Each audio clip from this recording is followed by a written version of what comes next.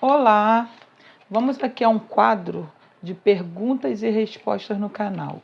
As pessoas às vezes me mandam perguntas, estão sempre mandando mensagens, e-mails, me perguntam às vezes pessoalmente, coisas que a gente vai juntando, tá? Às vezes a gente dá uma resposta rápida, porém a gente vai juntando o quanto se tem de questionamento dentro da nossa religião, dentro das nossas religiões de matriz africana. Eu que sou do candomblé e sendo ialorixá e psicanalista, eu procuro guardar, anotar, estudar e analisar a melhor forma de responder algumas perguntas que são muito significantes. São perguntas que uma pessoa faz, porém a resposta ela vai ser dada para muita gente.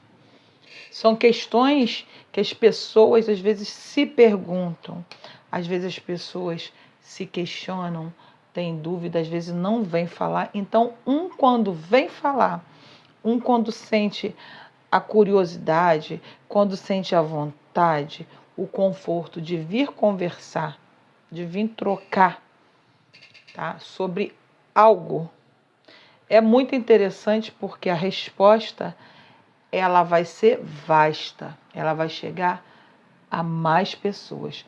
Então, primeiramente eu te convido para que você se inscreva no nosso canal da Jane Analisando o Sagrado. Curte e compartilhe nosso conteúdo. Não deixa de clicar no sininho para que você seja sempre notificado em primeira mão de todo o conteúdo aqui postado. Vamos lá. A pergunta de hoje eu achei muito interessante. Eu fiz uma análise, eu busquei material, eu pesquisei para que possa, tá, ser bem esclarecedora. Não só para a pessoa que me escreve, a pessoa que me manda mensagem, mas também para mim, como sujeito, como pessoa, como adepto do candomblé, com a minha psique e para outras pessoas que vão achar muito interessante esse entendimento. Então, foi assim: olá, Iá, estou vivendo um conflito. Um amigo de trabalho, que é do candomblé, vive postando mensagens bíblicas em seus status de rede social. Então conversamos sobre isso e eu perguntei o porquê desse comportamento. Ele me responde que se acha necessário agir assim e que não via nada demais. E que, inclusive, ele achava desnecessário o comportamento dessa pessoa que está aqui nos escrevendo. Falando sobre as minhas postagens, olha aí, um fala da postagem do outro, sobre as minhas postagens sobre o candomblé. Desde já agradeço a sua análise. Grata, Fomo de Oxum. Interessante, né? Vamos lá, vamos responder a Fomo de Oxum. Vai ser um grande prazer estar aqui compartilhando esse material com você, Fomo. E aqui o interessante, a gente já começa a pensar que um se incomoda, tá, com o comportamento do outro. Um se incomoda com a postagem do outro, tá? Aqui tem mais, eu resumi a pergunta, mas aqui ela fala mais sobre ela diz que ela é ex-evangélica e hoje candomblessista, tá? A pessoa que me escreve. Então tá aqui, vamos lá.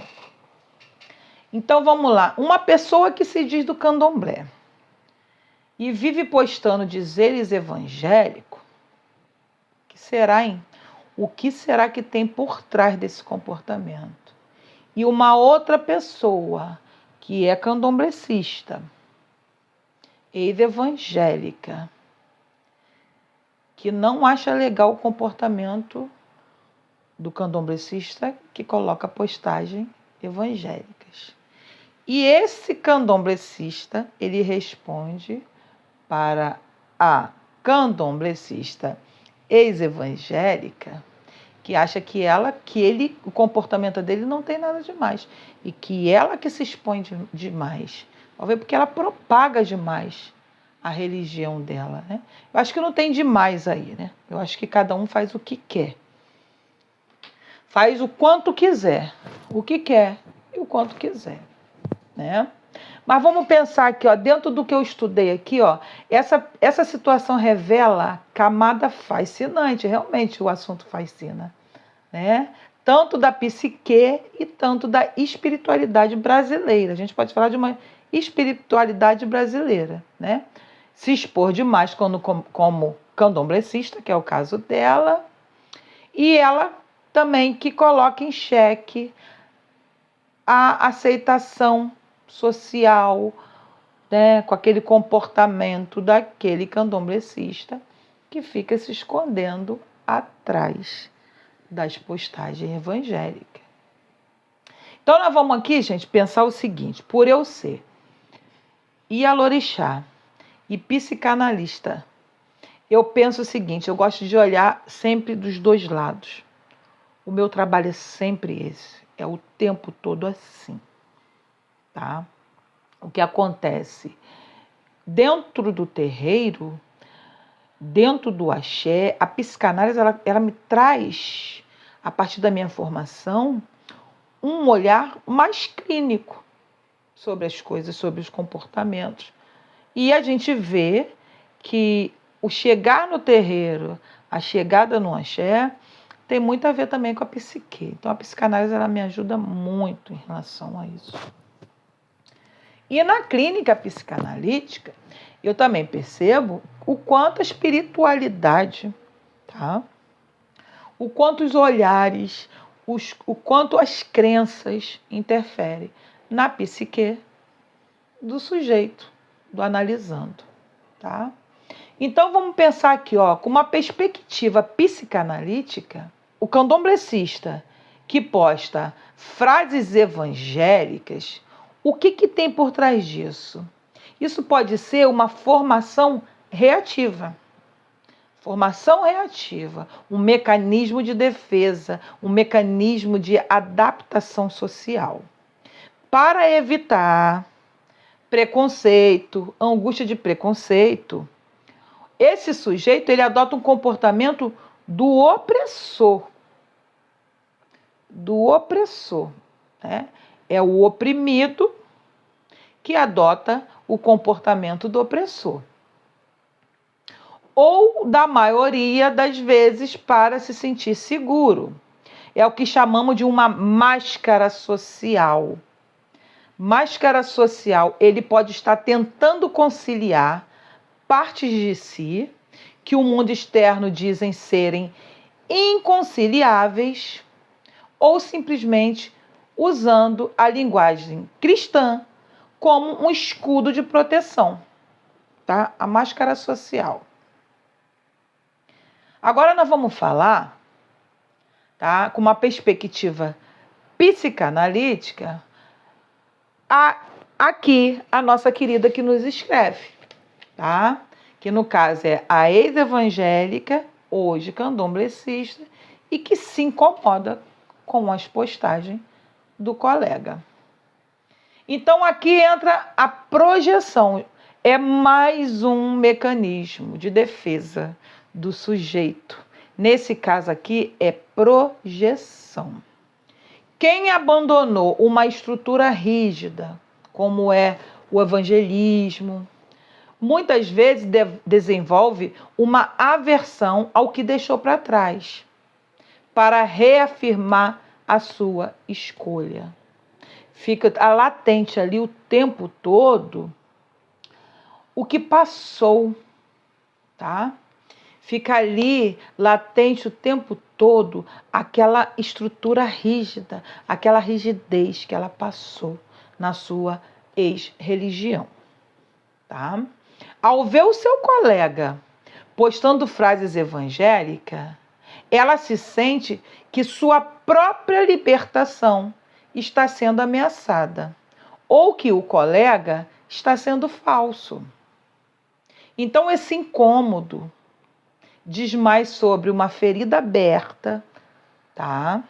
Na nossa querida aqui que nos escreve, uma ferida aberta da transição dela do que sobre o comportamento do outro. Então, ela está falando muito mais sobre ela do que a angústia, do que ela sente. Ela tem esse comportamento de projeção por conta dessa ferida aberta por coisas que ela sofreu, tá? E aqui, o medo da exposição. Quando um diz, você que se expõe demais postando coisas do candomblé, ele está projetando o seu próprio superego. O superego, gente, o que é? Uma estrutura, tá? Que o sujeito, ele acaba ele acaba acessando dentro da criação, dentro da nossa criação, tá? Existe o id, o ego e o superego no sujeito. O id é o quê? São as vontades, os desejos, ficam muito inconscientes. E isso está muito envolvido, tá? Essa pulsão, esse direcionamento tem muito a ver muito com o que é proibido, o que nós não podemos, o que é sempre dito que nós não podemos, tá? E o ego, ele é uma outra instância que ele fica aguardando o id chegar e exercer o prazer, tá? De poder fazer aquilo que é proibido. E o superego é uma outra instância que é projetada na gente, nas nossas criações, que vem através da castração, do não pode, isso não é legal, isso é antissocial, isso é contra a lei, não pode. Então, essa outra instância é chamada de superego, tá? Todos os três, eles são muito interessantes, eles têm que estar em nós para nos constituirmos sujeitos, tá? Sendo que não pode pesar a mão em nenhum deles, tá? Então, o superego, ele vem meio que com uma tirania do não poder, não pode, isso não é legal, isso é feio, isso é antissocial, isso não se encaixa na sociedade. Então, o superego, ele vem muito assim, é sempre o não poder fazer, tá? Então, aqui, ó, quando diz, você se expõe demais, né, que aquele colega fala para a nossa amiga aqui que nos escreve, é porque esse colega, ele está projetando o seu próprio ego. É a lei do julgamento social. O tirânico, o superego está ali. Tá? Então, ele faz o que? Ele joga isso para cima dela, no outro. Ele joga o superego dele em cima dela, falando, você está se expondo demais. Isso é desnecessário.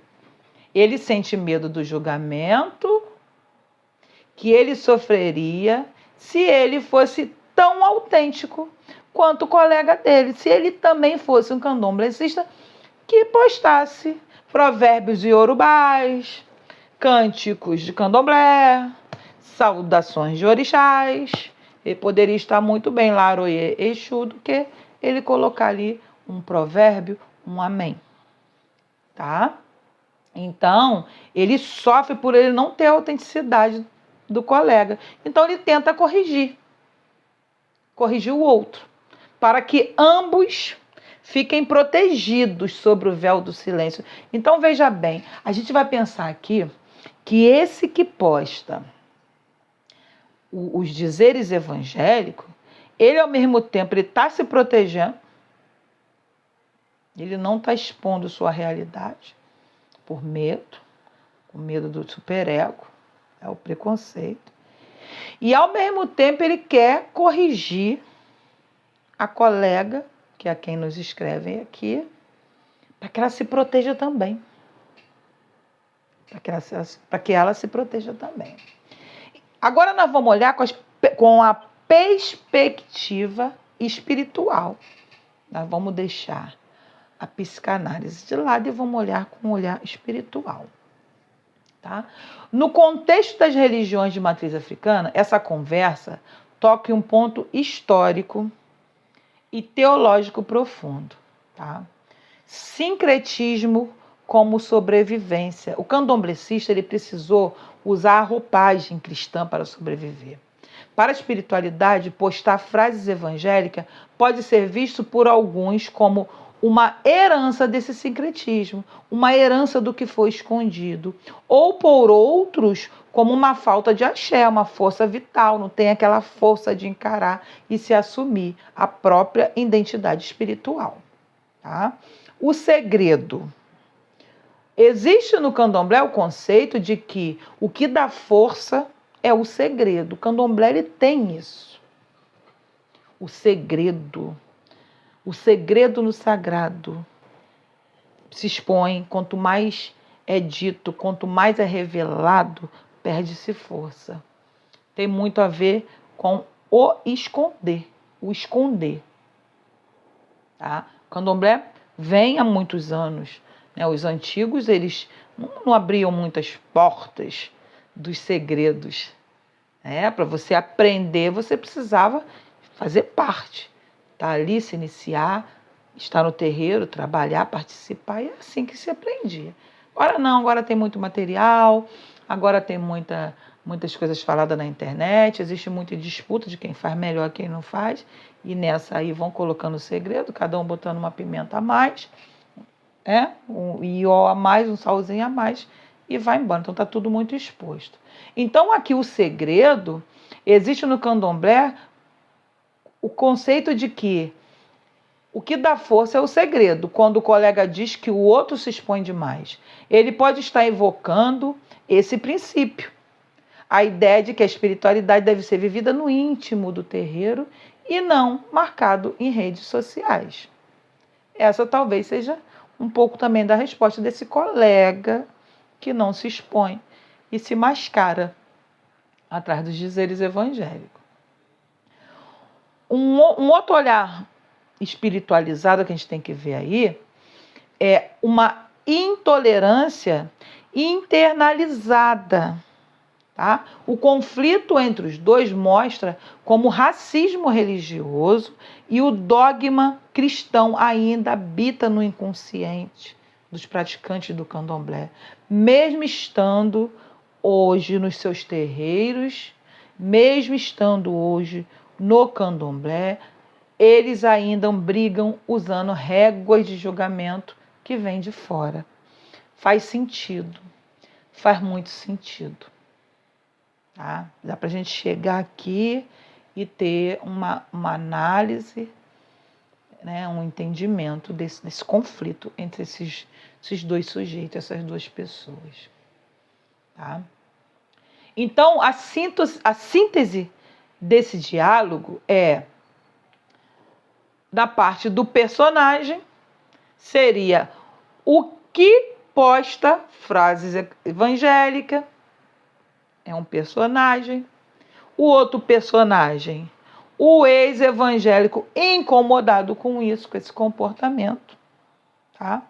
O conflito psíquico do personagem que posta as frases evangélicas é o que? Buscar pertencimento, uma segurança. Ele tem um ego frágil perante o social. Tá?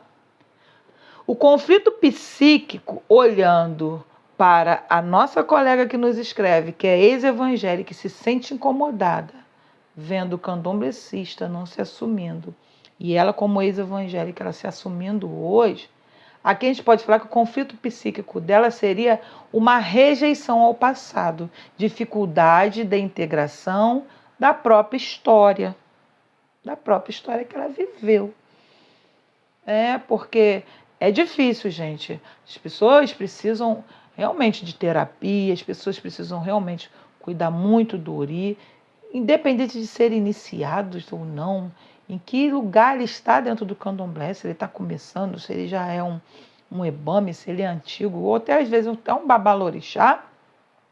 O autoconhecimento tá? Porque o autoconhecimento ele vai atravessar essa jornada que ele viveu na religião anterior, ela chega na religião atual, tá? Atravessa todos esses caminhos e ela é quem atravessa, ela não se sente atravessada com as feridas que ainda doem, da tirania, da opressão que ela tinha na religião anterior, tá? E a visão espiritual nessa síntese, vamos resumindo aqui, que o que posta as frases evangélicas, o sincretismo ou o trânsito religioso, ele é fluido. É a forma que ele está fazendo fluir as coisas dele ali, o sentimento dele. E o dela é busca por pureza ritual e demarcação de território.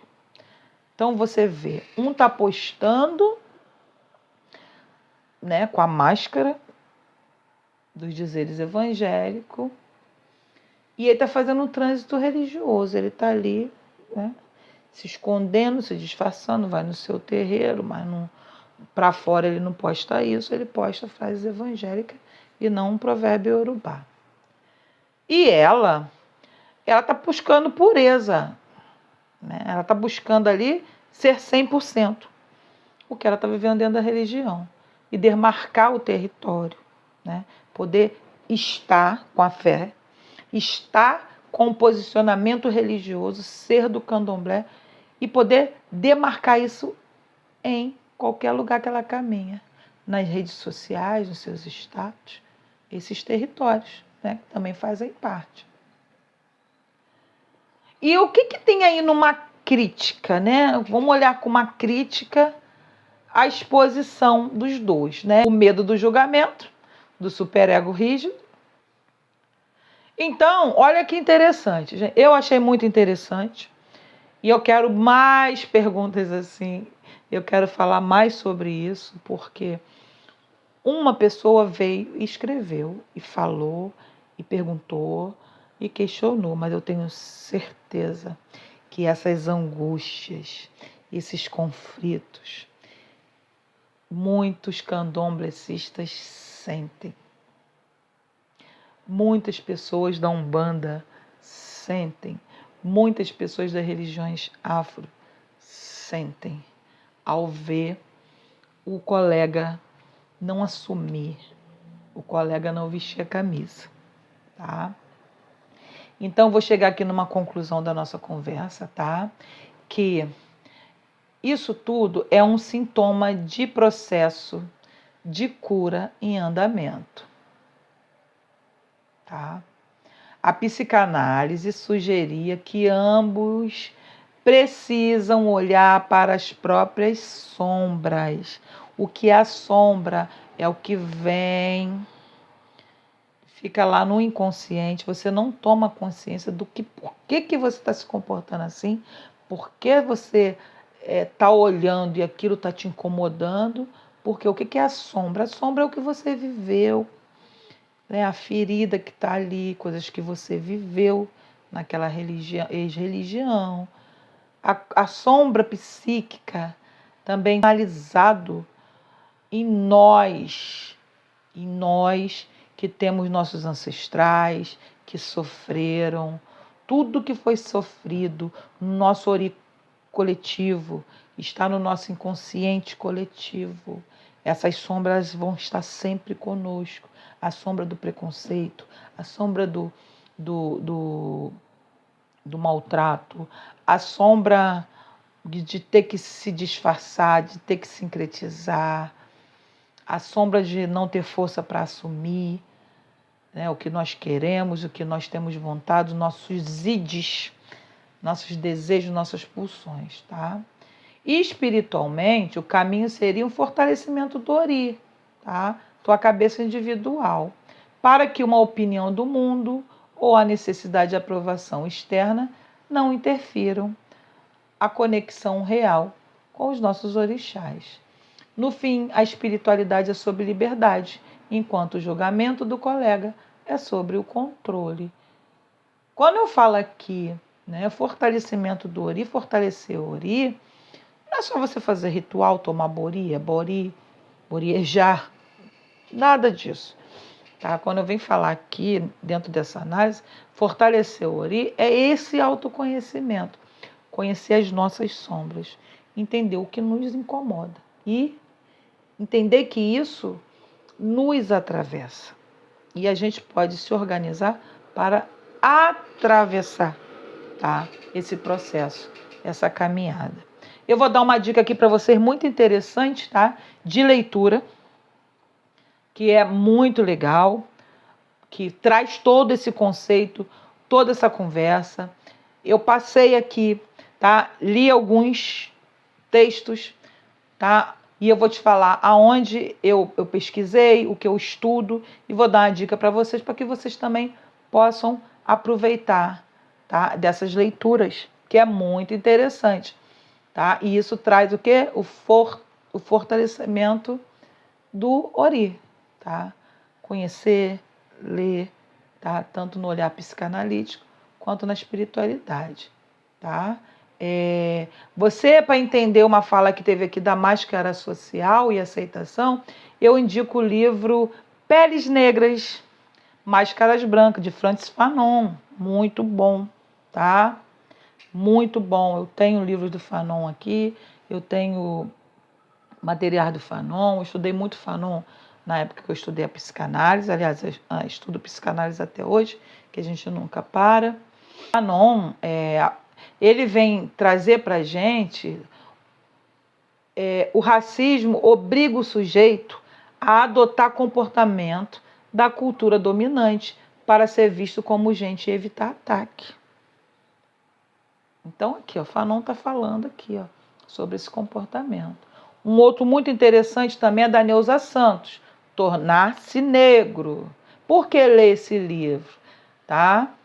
Escrito por uma psicanalista brasileira, a Neuza Santos, aborda o sofrimento emocional de quem tenta se ajustar a padrões que não são seus e a dificuldade de aceitar a própria identidade em um país, que é o Brasil, que é muito racista. Muito racista. Então eu indico, tá, esse livro aqui, Tornar-se Negro, da Neuza Santos, tá?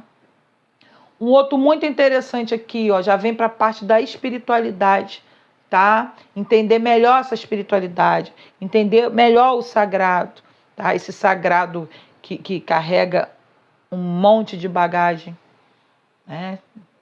Vamos lá, ó. O Terreiro e a Cidade, Muniz Sodré, muito interessante. O olhar e o escutar. Olha, mais interessante ainda, Muniz Sodré também, tá? E se você quiser entender um pouquinho mais de psicanálise, tá? Eu vou indicar alguns livros aqui do Freud, Eu e o It, tá? Sigmund Freud, muito bom. Um outro aqui que eu tô lendo, tá? Tá aqui, praticamente nas minhas mãos, estou lendo muito bom, tá? Que é um livro para a gente olhar, tá? O mundo atual, dentro dessa tecnologia que é a internet, o mundo virtual. A Modernidade Líquida, Zygmunt Bauman, muito bom, gente. Eu estou estudando muito esse livro. Eu estudei Bauman também muito lá quando fiz a formação da psicanálise. Continuo lendo Bauman. Estou fazendo uma pesquisa com Bauman agora, que tem muito a ver com o comportamento das pessoas hoje nesse mundo de internet, tá? Essa pesquisa eu estou fazendo porque quando eu venho trazer minhas palestras no terreiro com meus filhos, com meus seguidores, tá? Quando eu faço as minhas viagens, quando eu vou levar palestras. Então, assim, muito interessante. Modernidade líquida, tá? Por que ler? Ajuda a explicar por que as identidades de hoje são tão fluídas e por que as pessoas elas misturam as tendências. Né? Elas misturam as tendências, elas misturam tanta referência, elas fazem um misto de coisas, né? Evangélica, candomblessista, etc. Tudo isso ao mesmo tempo. É o mundo de hoje, tá? Então, gente, um abraço. Espero que vocês tenham gostado, que vocês tenham pego, tá? Aqui esse material dessa pergunta, desse questionamento que me pediu para analisar, né? Eu agradeço e logo logo a gente volta com outro vídeo sobre perguntas e respostas. Faça o seguinte, não esqueça, se inscreve no canal, dá um joinha aí também, tá? E comenta se você gostou desse material e podem também fazer as perguntas aqui também nos comentários. Axé!